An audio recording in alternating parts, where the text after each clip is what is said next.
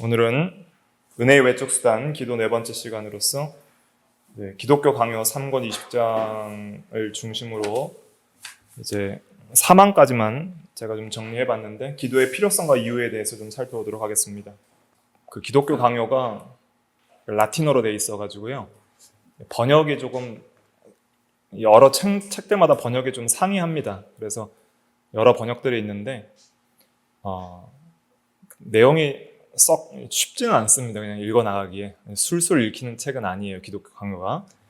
그래도 기독교 강요에 있어서 우리가 좀 더 도움이 될 수 있는 부분들을 성경적으로 배우는 것이 의미 있다고 생각해서 오늘은 이제 기독교 강요에 있어서 좀 요약을 해서 제가 그 다음에 칼빈 선생님은 그 성경 구절을 다 달진 않았는데 제가 읽어보면서 여기에 해당하는 성경 구절이 어떤 게 있을까 생각해봐서 좀 단 것들이 많이 있습니다. 몇 개 원래 안 달았거든요. 근데 제가 좀 이제 그래도 예배 시간이다 보니까 성경 중심으로 기독교 강요를 좀 살펴보고 싶어서 좀 달아서 이렇게 좀 추가적으로 해놨습니다.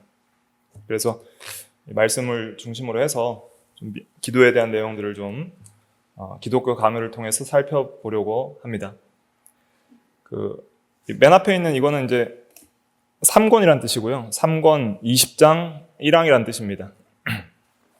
3권 20장 1항, 2항, 3항 이거 세 개를 살펴보겠습니다. 1항은 이제 믿음과 기도에 대해서 말하고 있습니다. 하나님은 우리의 마음이 믿음을 통하여 기도로 빚어지게 하심 이렇게 되어 있는데 믿음이라는 것은 반드시 이제 기도로 나타나게 되어 있습니다. 밑에도 보면 참 믿음과 하나님께 드리는 기도는 다를 수 없다 그랬잖아요. 우리가 예수를 믿으면 어떻게 되죠? 기도하게 됩니다. 거기 보니까 로마서 10장 14절에도 그런즉 그들이 믿지 아니하는 일을 어찌 부르리오 그랬잖아요. 우리가 예수를 처음 믿게 될 때 회심의 은혜를 경험할 때도 주여 나는 죄인으로서이다. 주님만을 의지하고 믿습니다. 이렇게 하나님께 회심에 대한 기도를 하잖아요. 그런 것처럼 참된 믿음은 반드시 그 믿음의 표현으로서 기도가 나타나게 되어 있는 것이죠. 그래서 우리의 마음이 믿음을 통해서 이제 기도로 빚어지는 그 역사를 하나님께서 하신다. 이렇게 칼빈은 표현을 하고 있습니다. 그래서 예수를 믿는 사람은 또 하나님을 믿고 의지하는 사람은 반드시 그 믿음의 역사가 기도로 나타나게 되어 있어요. 순종의 열매로도 나타나게 되어 있고 행함으로 열매 맺는 걸로 나타나기도 하지만은 반드시 믿는 자는 기도하게 되어 있습니다.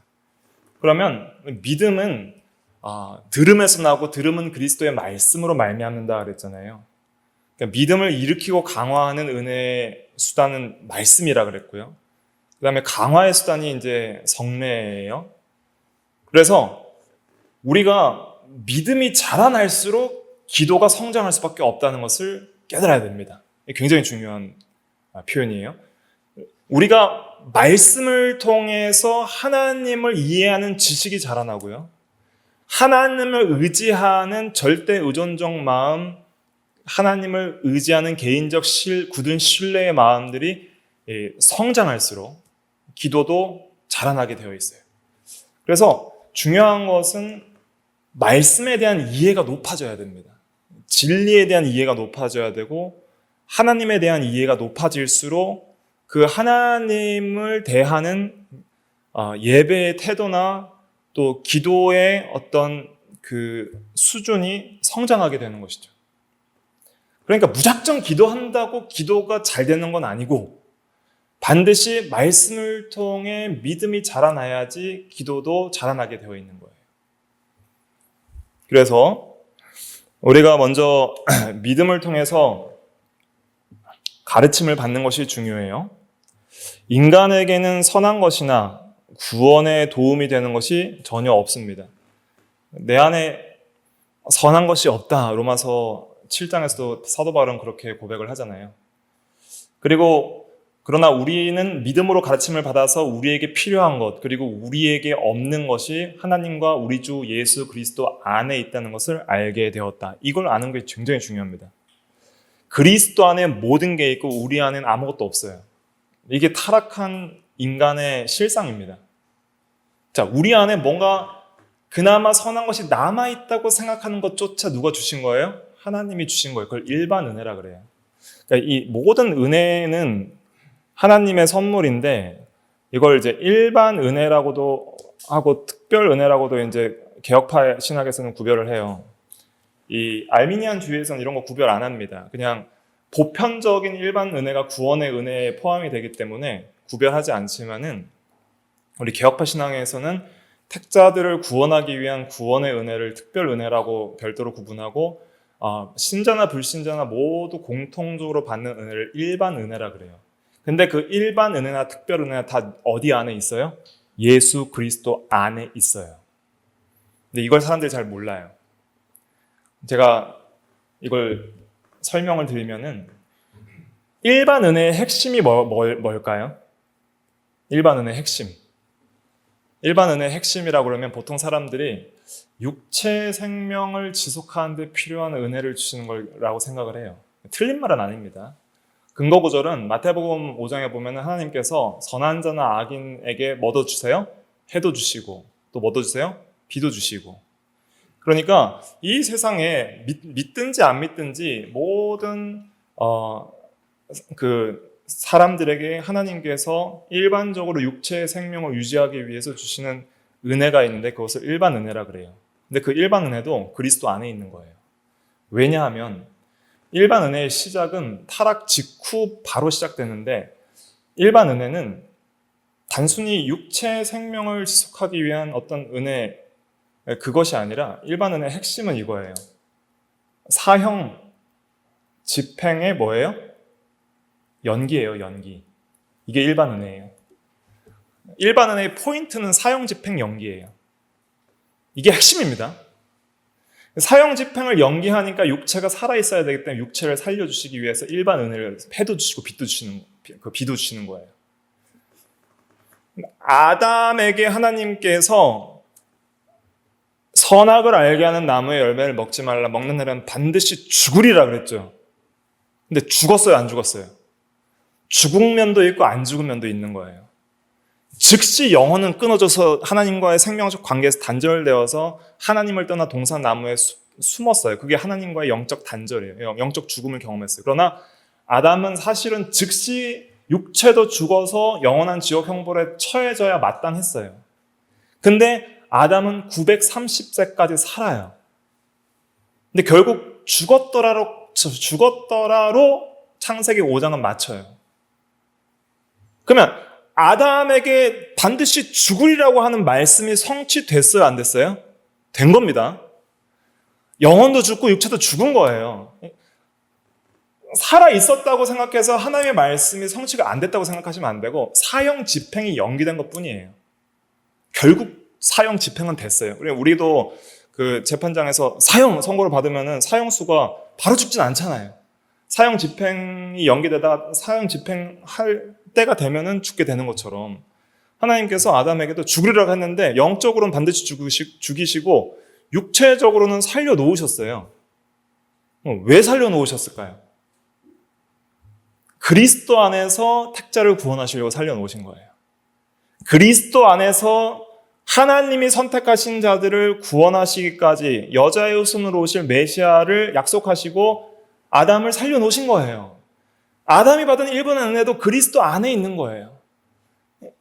이 세상 사람들은 몰라요. 자기가 그리스도 안에 있기 때문에 이 세상에서 잘 먹고 잘 살고 있다는 걸 몰라요, 사람들이. 그래서 자기 마음대로 그렇게 죄짓고 살면서 하나님 없이 살아가면서 마치 자기 안에 모든 선한 것과 막 능력이 있는 줄 알고 자기를 자랑하고 하나님께 영광 돌리지 않고 감사치도 않고 살아가지만 여러분들이 오늘 하루 살아가는 모든 영육 전체의 필요는 하나님이 주시는 것입니다. 마땅히 받을 자격이 없는 죄인들에게 베푸시는 값없는 호의가 하나님의 은혜예요. 대조군이 마귀와 귀신들이에요. 마귀와 귀신 타락 즉시 그냥 사형 집행하셨어요. 그래서 일부는 이미 지금 지옥에 가 있어요. 그러니까 이 사탄과 천사들의 세계에 있어서도 아직 활동하는 자들이 있고요. 저 지옥에 떨어져 있는 타락한 천사들도 있습니다. 그래서 예수님 당시에도 그 돼지떼에게 들어간 군대 귀신 있잖아요. 네 이름이 뭐냐? 그러니까 우리는 군대니이다. 우리가 수가 많기 때문이다. 무적행에 당장 보내지 맛이 없어서 그랬잖아요. 무적행에 이미 가 있는 귀신들도 있는 거예요. 돼지떼에게 들어가라. 그래서 들어간 거잖아요. 그러니까 그 마귀와 귀신들에게 있어서는 어떤 일반 은혜도 주어지지 않아요. 그들은 그냥 타락해서 즉시 이 무적행에 들어가 있는 상태도 있고 그냥 하는 그 육체적 죽음이 없기 때문에 영적 죽은 상태에서 이 세상에 있거나 무적행에 들어갔거나 둘 중에 하나인 거예요. 어떤 선한 것이나 구원의 은혜를 받을 만한 가능성이 없어요. 그러나 모든 인간들에게는 하나님께서 그리스도 안에서 주시고자 하는 은혜 때문에 이 모든 세상 사람들이 현재 육체의 생명이 유지되는 순간 모든 선한 걸 누리고 있고, 그리고 특별히 하나님께서 택하시고 부르신 자들은 특별한 구원의 은혜에 들어가게 되는 겁니다. 그래서 모든 인간들은 전부 예수 그리스도 때문에 지금 살아있는 거예요. 모든 게 은혜라는 것은 이런 의미입니다. 그리스도 안에 있어요. 그래서 아버지께서는 모든 충만으로 예수 안에 거하게 하시고, 예수 안에 하나님의 모든 사랑과 공의와 은혜의 선한 것에 충만히 주님 안에 있게 하시고, 예수님 안에서 모든 걸 받게 하시는 거예요. 성부께서는 그리스도로부터 모든 은혜를 얻게 하셨다. 요한복음 1장 16절 읽어볼게요. 시작. 우리가 다 그의 충만한 데서 받으니 은혜 위에 은혜로라. 예. 그래서 하나님 안에 모든 것이 있고 그리스도 안에 모든 것이 있다는 것을 생각해야 됩니다. 우리 육체의 생명도, 육체가 이 세상에서 살아가면서 필요한 일용할 양식도, 우리에게 필요한 모든 지혜와 자원들도 그리스도 안에서 은혜로 주어지는 거예요. 특별히 우리는 구원의 은혜, 그것을 지속적으로 구하고 그 은혜를 사모해야 됩니다. 칭의의 은혜를 붙들고 하나님께서 우리를 거룩하게 하시는 성화의 은혜를 사모해서 은혜를 받아야지 우리가 살아갈 수 있어요. 영적으로도 거룩하게. 그래서 우리는 이렇게 그리스도 안에 있는 것을 구하고 또 우리가 항상 그리스도 안에 있어야 한다고 배운 것을 기도로 그에게 구해야 합니다. 그리스도 안에 모든 것이 있으니 일반 은혜와 특별 은혜 다 구하셔야 돼요. 특별 은혜, 구원의 은혜 구하시고 일반 은혜도 구하시고 다 예수 안에 있으니까 그의 충만한 데서 우리가 받아야 되고요. 우리도 그리스도 안에 있어야 되니까 예수님께서 그들도 다 하나가 되어 우리 안에 있게 하사 기도하신 것처럼 우리가 주님 안에 있기를 원합니다. 이렇게 기도해야 됩니다. 그리스도 안에 있으려면 어떻게 해야 되냐면 믿음과 사랑과 순종함으로 거해야 돼요. 그 요한복음 15장에서 그렇게 말했어요. 예수님을 믿고 사랑 안에 거할 때 그리스도 안에 거하고 믿을 때 거하고 계명을 순종할 때 그리스도 안에 거할 수 있다고 그랬어요. 믿음, 사랑, 순종 이 세 가지를 가질 때 우리는 그리스도 안에서 거할 수 있고 그 은혜를 충만히 받을 수 있는 것입니다. 그래서 진리 안에서 믿음을 가지고 믿음을 통해 우리의 마음이 기도로 빚어져서 하나님의 은혜를 충만히 받아 나갈 때에 우리는 하나님의 자녀답게 거룩하게 살아갈 수 있게 되는 것입니다. 그 다음에 기도의 절대적 필요성에 대해서 그 두 번째 단락부터 볼게요. 기도가 얼마나 필요한지와 기도의 훈련이 얼마나 여러 방면에서 유익한지 말로 다 설명할 수가 없다. 칼빈은 그렇게 말하고 있는데 예를 들어서 하나님의 이름을 부름으로써 우리의 일들을 지켜보시며 보호하시는 하나님의 섭리를 우리는 구해야 됩니다. 이걸 기도해야 돼요. 특별히 보호하시는 섭리. 우리의 모든 영육 전체 마음과 생각까지 지켜보시고 우리의 삶을 보호하실 수 있는 분은 하나님이시라는 것을 깨닫고 우리를 지켜달라고 기도해야 됩니다. 시편 121편 5절 읽어볼게요. 시작. 여호와는 너를 지키시는 이시라. 여호와께서 내 오른쪽에서 내 그늘이 되시나니. 네. 하나님이 우리를 지키신다 그랬어요. 여호와께서 성을 지키지 아니하시면 경성하는 자의 수고가 뭐예요? 헛되다 그랬어요. 헛되다. 하나님이 안 지켜주시면 아무리 스스로 잘 보호하고 살려고 해도 지킬 수가 없는 거예요. 또 연약하여 거의 쓰러지려고 하는 우리를 지탱해 주시는 하나님의 권능, 능력, 이거 구해야 됩니다. 능력, 힘을 달라고. 이사야 41장 10절 읽어볼게요. 시작. 두려워하지 말라. 내가 너와 함께함이라. 놀라지 말라. 나는 내 하나님이 됨이라. 내가 너를 굳세게 하리라. 참으로 너를 도와주리라. 참으로 나의 의로운 오른손으로 너를 붙들리라. 이런 말씀을 기억하고 묵상하고 의지하는 믿음이 있어야 이 기도가 나오는 거예요. 하나님 두려워하지 말라. 내가 너와 함께함이라. 놀라지 말라. 나는 내 하나님이 됨이라. 약속해 주신 주님, 나의 하나님, 나의 아버지를 믿습니다. 나를 굳세게 해주시고 도와주시라고 약속하여 주셨사오니 그 언약의 약속을 믿고 이 시간 담대히 기도하오니 주의 의로운 오른손으로 나를 붙들어 주시옵소서. 이렇게 기도해야죠. 말씀을 믿는 믿음 안에서 기도는 이렇게 빚어지게 되는 것입니다. 또 제가 되게 좋아하는 성경 구절인데요.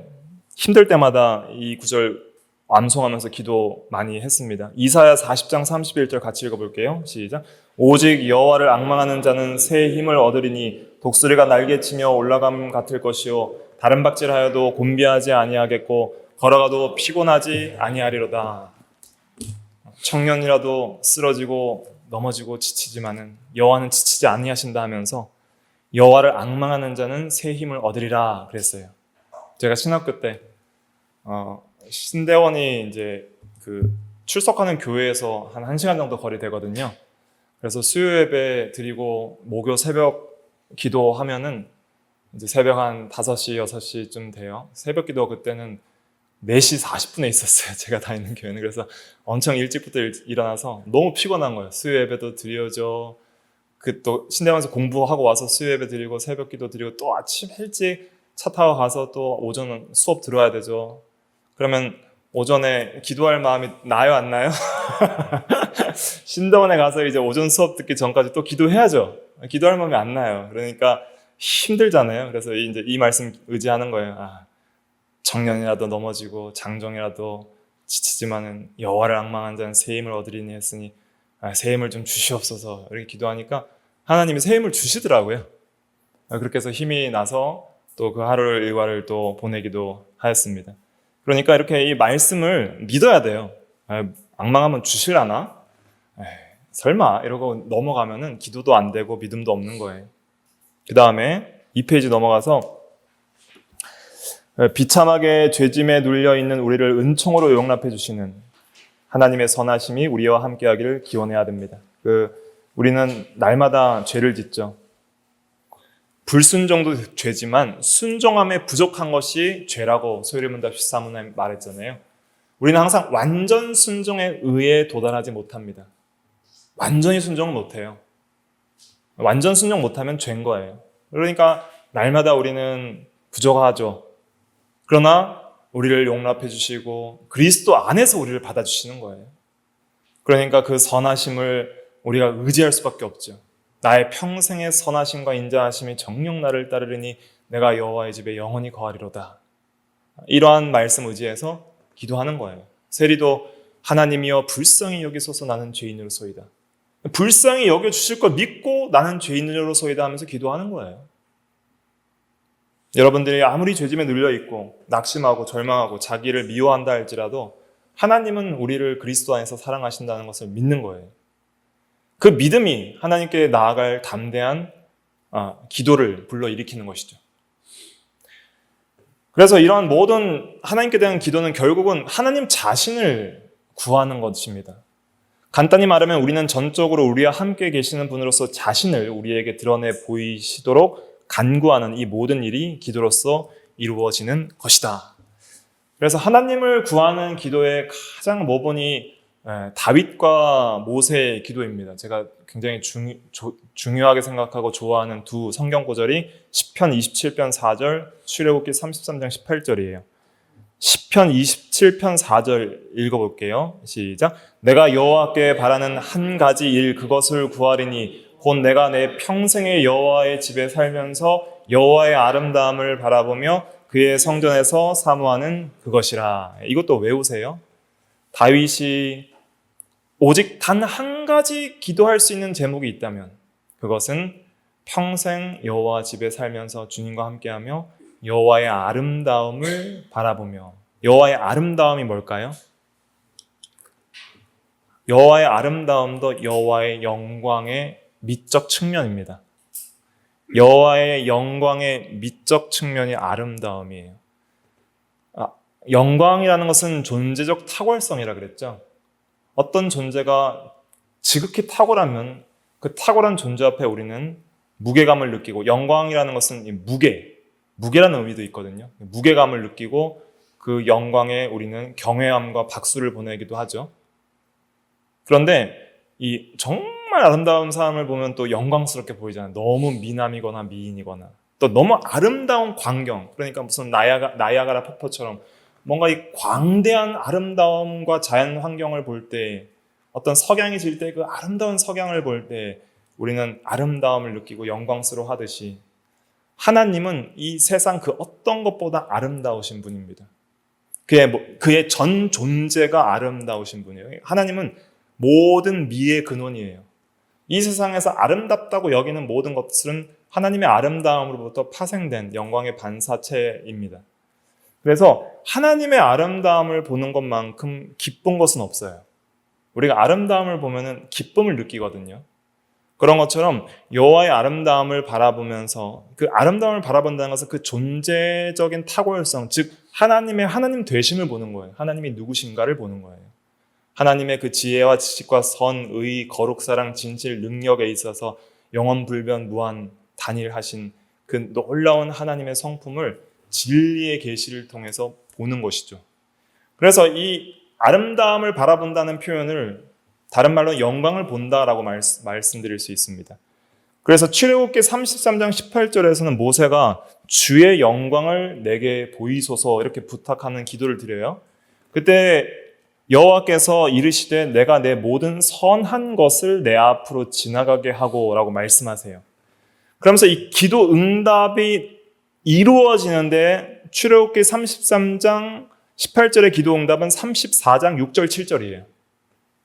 34장 6절 7절 같이 읽어볼게요. 시작. 여호와께서 그의 앞으로 지나시며 선포하시되 여호와라 여호와라 자비롭고 은혜롭고 노하기를 더디하고 인자와 진실이 많은 하나님이라. 인자를 천대까지 베풀며 악과 과실과 죄를 용서하리라. 그러나 벌을 면제하지는 아니하고 아버지의 악행을 자손 3, 4대까지 보응하리라. 이게 하나님의 아름다움과 영광이에요. 말씀으로 선포하셨어요. 뭔가 물리적인 시각적 효과로 보여주신 것이 아니라 진리를 선포하셨어요. 진리를 선포. 하나님에 대한 자기 계시죠. 자신의 본질적 속성들을 가르쳐 주신 거예요. 여호와가 누구신지를. 여호와라 여호와라 스스로 계신 자존하신 하나님이라. 자비롭고 은혜롭고 노하기를 더디하고 인자와 진실이 많은 하나님이라. 인자를 천대까지 베풀며 악과 과실과 죄를 용서하리라. 용서하리라 그랬는데 그러나 벌은 면제하지 아니하고 보응하리라. 이 좀 헷갈리죠? 무슨 의미예요? 악과 과실은 그리스도 안에서 용서해 주리라. 이건 이제 칭의적 의미죠. 그러니까 오전 예배 시간에 말씀드렸던 최종적 형벌을 면제하는 것, 지옥 형벌을 면제하고, 그 의미는 뭐냐? 자, 최종적인 지옥 형벌을 면제하고 칭의를 주신 의미는 영생의 의미가 있어요. 여호와와 끊어질 수 없는 영원한 생명적 관계와 교제를 허락하시는 거예요. 하나님과의 영원한 관계, 하나님과의 영원한 교제, 그것이 끊어지지 않도록 용서하고 천대까지 영원히 주님과 함께 할 수 있는 은혜를 베풀어 주시는 것이 그리스도 안에서의 우리에게 베푸신 구원의 은혜예요. 그러나 하나님은 사법적인 의를 반드시 훼손하지 않는 방식으로 공의를 베푸시기 때문에 그리스도 안에서 우리의 죄를 다 심판하세요. 그리스도 안에서 벌을 면제하지 아니하시고 전부 보응하신 거예요. 1차적으로는. 그 다음에 2차적으로는 아버지로서의 부성적 의를 따라서 우리가 이제 자녀로서 죄를 지을 때에 책망과 징계를 하신다. 그래서 그 주일학교 학생들이 그러더라고요. 살인죄 저도 천국 가요? 그러길래 살인죄를 지면 너는 감옥을 가야지. 경찰서에 잡혀가서 감옥 가야지. 근데 천국은 가. 근데 감옥은 가야 돼, 안 가야 돼? 감옥 가야죠. 벌은 받아야 돼요. 이 세상에서 내가 죄를 지었어요. 그러면 하나님과의 끊어지지 않는 생명적 관계 때문에 우리가 천국을 가죠. 하나님을 잃진 않아요. 그러나 벌은 받아야 돼요. 그게 하나님의 공의입니다. 그래서 이걸 통해서 하나님이 얼마나 의로우시고 완전한 의를 집행하시는 분이신지를 우리는 확실히 알 수 있고 두렵고 떨림으로 하나님을 섬길 수 있는 마음을 갖게 되는 것이죠. 이렇게 하나님을 구하고 하나님의 영광을 구할 때 우리에게는 이 놀라운 평강과 안정이 양심에 주어집니다. 그래서 어려운 일 때문에 주 앞에 우리의 사정을 아뢰게 될 때 우리의 나쁜 상황들 가운데 주님이 모르시는 것이 없으며 또한 주님은 우리를 위해 최고의 것을 이루실 능력이 있으시고 또한 그럴 뜻도 가지고 계신다는 확신이 우리 속에 가득 차게 되어 온전한 만족으로 안식하게 되는 것입니다. 기도하면 항상 주시는 은혜가 있어요. 외부적 환경이 당장 바뀌지 않아도 한나가 기도했지만 아들을 당장 주시지 않아도 다시는 얼굴에 근심빛이 없었다 그랬잖아요. 사무엘상 1장에 보면 그런 것처럼 하나님을 만나면 안식이 있어요. 안식이 있어요. 기도의 가치는 너무나도 큰 거예요. 하나님께 기도하면 안식이 생겨요. 당장 현실은 바뀌지 않고 상황은 개선되지 않는다 하더라도 하나님이 들으신다. 그리고 가장 선하신 뜻대로 합력하여 선을 이루실 것이다. 나의 기도를 들으시고 나에게 가장 선으로 응답하실 것이다.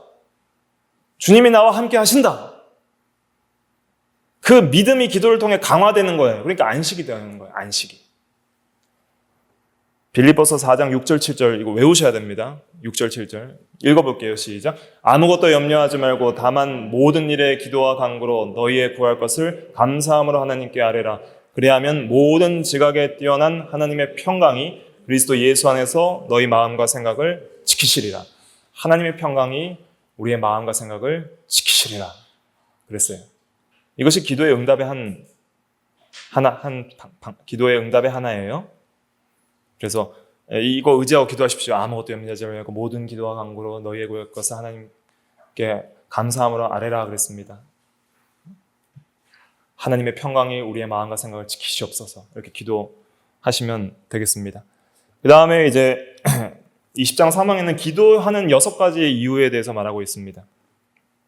어떤 사람들은 하나님이 모든 것을 작정하시고 모든 것을 우리 상황을 아시니까 굳이 기도하지 않아도 다 이루어 주실 것인데 왜 기도하느냐 그렇게 말하는 불신앙의 사람들이 있다고 칼빈도 지적을 하고 있죠. 근데 이 성경을 보면은 하나님이 그 약속을 주세요. 예를 들면 에스겔 36장에 보면은 하나님이 이스라엘의 회복을 약속해 주세요.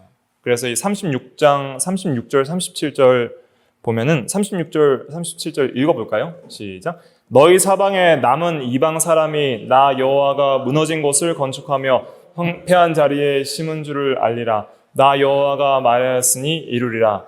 주 여호와께서 이같이 말씀하셨느니라. 그래도 이스라엘 족속이 이같이 자기들에게 이루어 주기를 내게 구하여야 할지라. 내가 그들의 수요를 양떼같이 많아지게 하되. 네. 그래서 무너진 것을 건축하며 황폐한 자리에 심은 줄을 이방 사람들이 알 정도로 이스라엘을 회복시켜 주신다는 거예요. 그리고 이스라엘의 수요를 양떼처럼 많도록 이 포로 귀환 이후에 이렇게 회복의 역사를 보여주시겠다는 거예요. 그러나 그런 약속이 있더라도 반드시 뭐 해야 된다고요? 구해야. 이같이 자기들에게 이루어 주기를 내게 구하여야 할지라 그랬습니다. 하나님이 약속해 놓으시고 그냥 해주신 것이 아니라 기도를 수단으로 삼으셔서 기도해야지 이루어지도록 그렇게 작정하셨다는 거예요. 그래서 기도를 통해서 하나님께서 우리에게 무엇을 주시기를 원합니다. 그래서 사망에도 보면 칼빈은 하나님은 자기의 뜻에 따라 스스로 행하시지만 그의 백성의 기도를 듣고 행하시기를 원하심 이렇게 제목을 달아놓게 되는 것이죠. 그래서 다 읽지는 않고 제가 성경 중심으로 설명만 드릴게요. 2페이지 마지막 3페이지 초반에 보면은 엘리야의 예만 해도 그래요. 엘리야에게 하나님께서 이제 3페이지로 넘어가셔서 하나님이 그 3년 6개월 동안 비가 내리지 않다가 갈멜산 전투의 승리 이후에 하나님이 다시 비를 주시겠다고 엘리야에게 계시하시거든요. 그래서 엘리야가 아합에게 이르되 열왕기상 18장 41절에 보면은 큰 빗소리가 있나이다. 비가 올 테니까 이제 올라가소서 이렇게 말을 하는데 비가 있나이다 해놓고선 엘리야가 간절히 기도를 해요. 간절히 기도했다 그래서 야고보서에 보면 그래서 얼굴을 무릎 사이에 넣고 7번이나 확인해 보라고 시키면서 계속 기도를 하거든요. 그러니까 하나님께서 비를 주겠다고 약속해 주셨는데 왜 이렇게 간절히 기도하느냐? 하나님께서는 그렇게 기도를 통해서 주시기를 원하고 또한 우리에게 유익이 되게 하시는 거예요. 자, 우리가 하나님의 약속의 말씀을 받았을 때에 그 말씀대로 이루어 주시기를 간절히 기도하는 것은 우리의 무엇을 강화할까요? 믿음을 강화하는 거예요. 믿음을. 그 약속의 말씀대로 반드시 이루어 주실 하나님을 의지하는 믿음을 강화시키는 거예요. 그래서 어린아이들도 그렇잖아요. 너 이제 앞으로 생일이 오니까 엄마 아빠가 무슨 선물 사줄게. 그러면은 계속 기도로 확인하죠. 언제 정말 사주는 거 맞습니까? 빨리 왔으면 좋겠습니다. 당장 사주시기를 원합니다. 뭐 이렇게 하여튼 어떤 약속을 했을 때 그걸 믿으면 지속적으로 그 약속에 대해서 구하듯이 하나님께서 우리에게 말씀으로 약속해 주신 것을 우리가 의지해서 간절히 기도할 때 하나님께서는 우리의 믿음이 더해지기를 원하시는 것이죠. 그냥 엘리야가 비 온다고 계시받고 가만히 있으면은 무감각해질 거예요.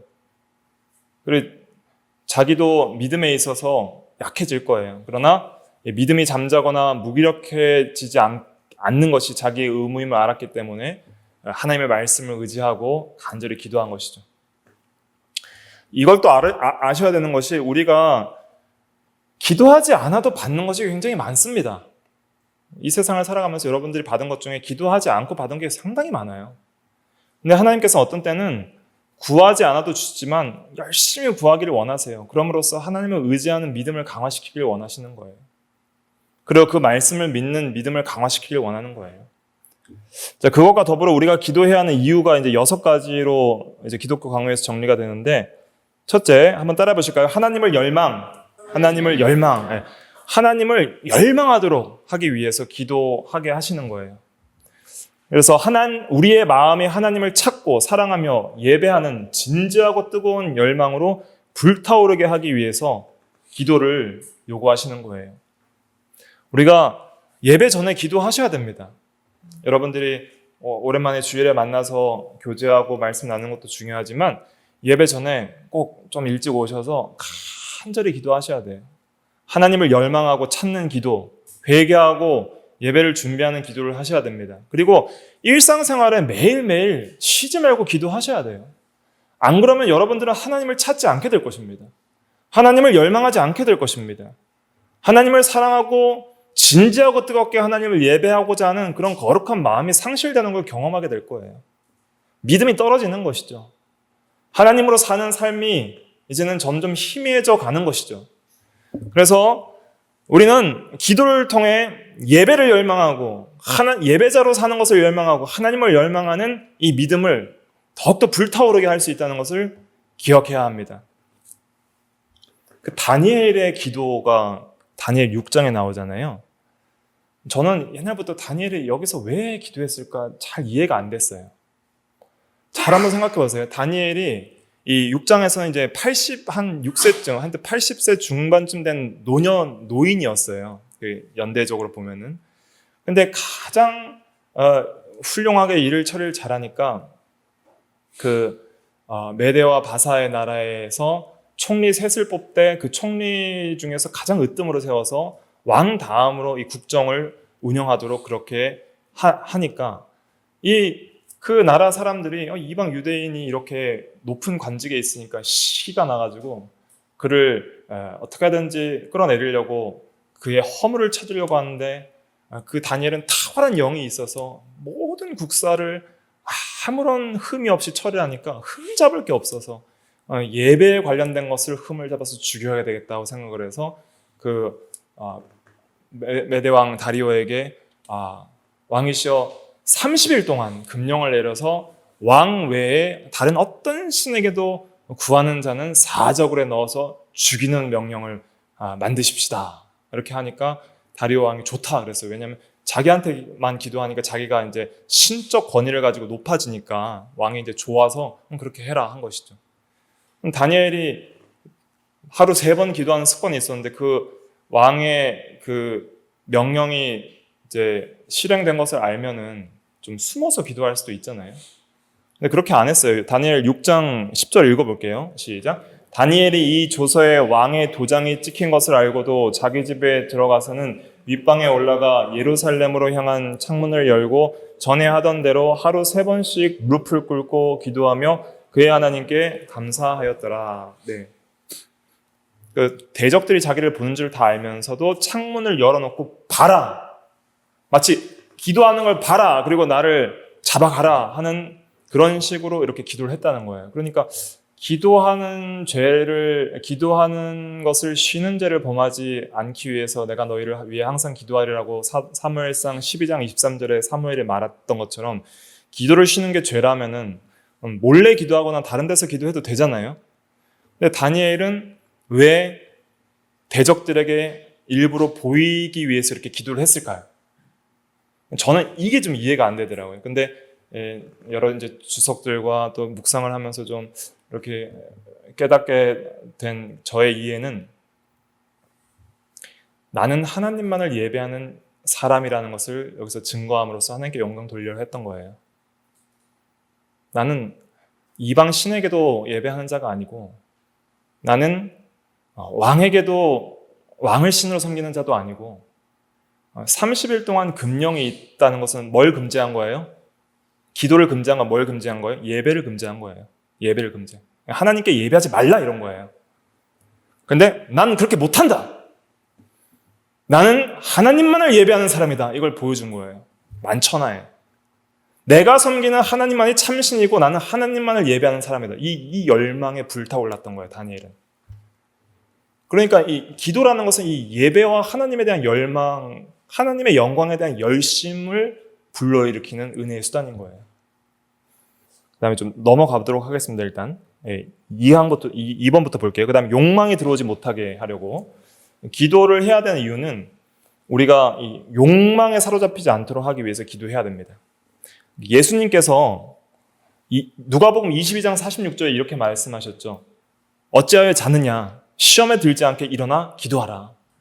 또 주기도문에도 우리를 시험에 들게 하지 마시옵고 다만 악에서 구하시옵소서 그랬죠. 여러분들이 이 세상을 살아가면서 어떤 욕망에 이끌리거나 욕심에 이끌려서 우리의 마음이 죄로 이끌림을 받고 미혹을 받을 때 이미 여러분들은 하나님과의 경건한 기도의 자리에서 떠났기 때문에 그것이 들어왔다는 것을 기억해야 됩니다. 그냥 들어오는 게 아니에요.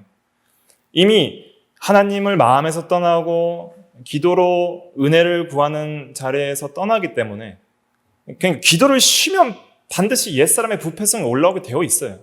그거는 당연하다고 생각하시면 됩니다. 그러니까 기도를 쉬고 있다고 평안할 때는 두려워하십시오. 언젠간 나의 욕망에 내가 사로잡히게 될 것이다. 그거 항상 예산 편성하고 계셔야 됩니다. 그 다음에 감사로 은혜 받을 준비를 하는 것이다. 우리가 항상 깨어서 기도하며 감사하면은 은혜 받을 때 그 은혜가 더 크게 느껴지는 거예요. 그리고 하나님께서 은혜를 많이 주시죠. 구하는 자에게. 그래서 항상 하나님께서 모든 것을 그리스도 안에서 주신다는 걸 생각하고 기도는 이미 은혜 받을 준비를 하고 있는 거예요. 그 사람이. 시편 145편 15, 16절에 보면 4페이지에 모든 사람이 주의 눈을 앙망하오니 주는 때를 따라 그들에게 먹을 것을 주시며 손을 펴사 모든 생물의 소원을 만족하게 하시나이다. 그래서 기도를 하면은 모든 은혜와 은총이 우리에게 이르렀음을 알게 되죠. 자, 기도하지 않았으면 그냥 내가 얻었네 아니면 그냥 우연히 얻었네라고 생각했던 것들이 기도함으로써 하나님께서 주셨다 하는 것을 통해서 감사할 수 있게 되는 거예요. 감사. 그 다음에 선하심을 묵상할 수 있게 돼요. 그래서 그런 응답을 얻게 되고 또 기도를 통해서 즉시 주시는 하나님의 평안과 안식을 경험하게 될 때 하나님이 얼마나 선하시고 인자하시고 나 같은 죄인을 그리스도 안에서 이렇게 사랑하시는지 그 하나님의 그 존재적 탁월한 아름다우심과 선하심에 우리가 더욱더 깊이 있게 깨닫고 그를 의지할 수 있게 되죠. 그 다음에 기도를 하면은 기도를 통해서 응답되었을 때 우리는 더 큰 기쁨을 가지게 됩니다. 기도하지 않았으면 가지지 못할 영적 신령한 기쁨이 있는 거예요. 기도하며 기도 응답을 받을 때 우리는 하나님이 우리에게 주신 선한 것들 내에서 너무너무 기뻐할 수 있게 되는 것이죠. 한나는 내게 아들을 주시옵소서, 아들을 주시면 제가 그것을 하나님께 바치겠나이다 기도했을 때 기도 응답이 됐죠. 그래서 사무엘, 즉 들으심이라는 기도 응답이라는 이름에 사무엘이라는 이름을 지어서 이제는 하나님께 바치고 성전에서 봉사하게 하죠. 사무엘을 얻고 나서 한나가 사무엘 2장 1절에 이렇게 말하죠. 한나가 기도하여 이르되 내 마음이 여호와로 말미암아 즐거워하며 내 뿔이 여호와로 말미암아 높아졌으며 내가 주의 구원으로 말미암아 기뻐함이니이다. 기도하면 사소한 것도 감사하고 사소한 것도 기뻐지는 거예요. 하나님 안에서 기쁨을 얻게 되는 것이죠. 그 다음에 기도하면 섭리를 체험을 통해 확정하게 됩니다. 하나님이 섭리하신다. 섭리는 뭐예요? 섭리는 보존통치협력이죠. 보존통치협력. 기본적으로 보존하시고 이 창조 세계를 작정대로 보존하시고 통치하시고 그다음에 제2원인들과 협력하여서 제1원인께서 역사하시는 하나님의 통치 사역을 섭리라고 합니다. 우리의 삶을 보호하시고 힘주시고 인도하시는 보존하시고 통치하시는 우리를 거룩하게 자라나도록 하시는 그 모든 사역에 있어서의 하나님의 섭리를 우리가 기도를 통해서 영원히 확인하는 거예요. 확인. 하나님이 나와 함께 하신다. 기도하는 자만이 하나님이 나와 함께 하시고 나를 다스리시고 나를 섭리하시고 나를 버리지 아니하시고 나에게 필요한 것을 베푸신다는 것을 깊이 있게 깨닫게 되는 것이죠. 그래서 하나님은 졸지도 아니하시고 주무시지도 않는다 그랬어요. 항상 우리의 기도를 들으세요. 그런데 때로는 하나님께서 마치 우리의 기도를 듣지 않으시는 것처럼 이렇게 가만히 계시는 것처럼 그렇게 느껴지게 하세요. 왜 그렇게 하시냐면은 기도하게 하려고 그렇게 하시는 거예요. 기도도 안 하는데 다 주시면은 우리가 하나님을 의지하는 믿음으로 살아가겠어요? 그렇지 않겠죠? 그러니까 우리의 연약한 믿음을 강화시키시기 위해서 하나님을 의지하게 하시고 또 하나님의 은혜에 감격하게 하시고 하나님의 선하심을 알게 하시고 더 큰 기쁨을 얻게 하시고 하나님을 열망하게 하시려고 욕심을 버리게 하시려고 계속적으로 하나님께 우리의 영혼이 향하게 하시려고 계속 기도하게 하시는 거예요. 기도의 제목들을 계속 주시는 거예요. 그래서 기도하셔야 돼요. 기도하면 변화됩니다. 기도하면 바뀝니다. 기도하면 역사가 일어납니다. 기도하면 하나님이 함께 하세요. 그런데 기도하려면 항상 기도만 하면 안 되고 올바른 지식을 따라 해야 돼요. 올바른 지식을 따라. 말씀대로 해야 돼요. 신비주의자들처럼 그냥 맹목적으로 하거나 그냥 그렇게 해서는 안 되고 진리를 의지하여 그리스도 안에서 그리스도의 이름으로 하나님의 성품을 알고 하나님의 언약의 약속의 말씀을 의지하고 특별히 기도와 관련된 여러 성경의 말씀들을 우리가 이해하고 암송하면서 그렇게 기도해 나가면 하나님께서 반드시 들으시고 하나님의 뜻대로 응답해 주시게 되는 것입니다. 기도하겠습니다.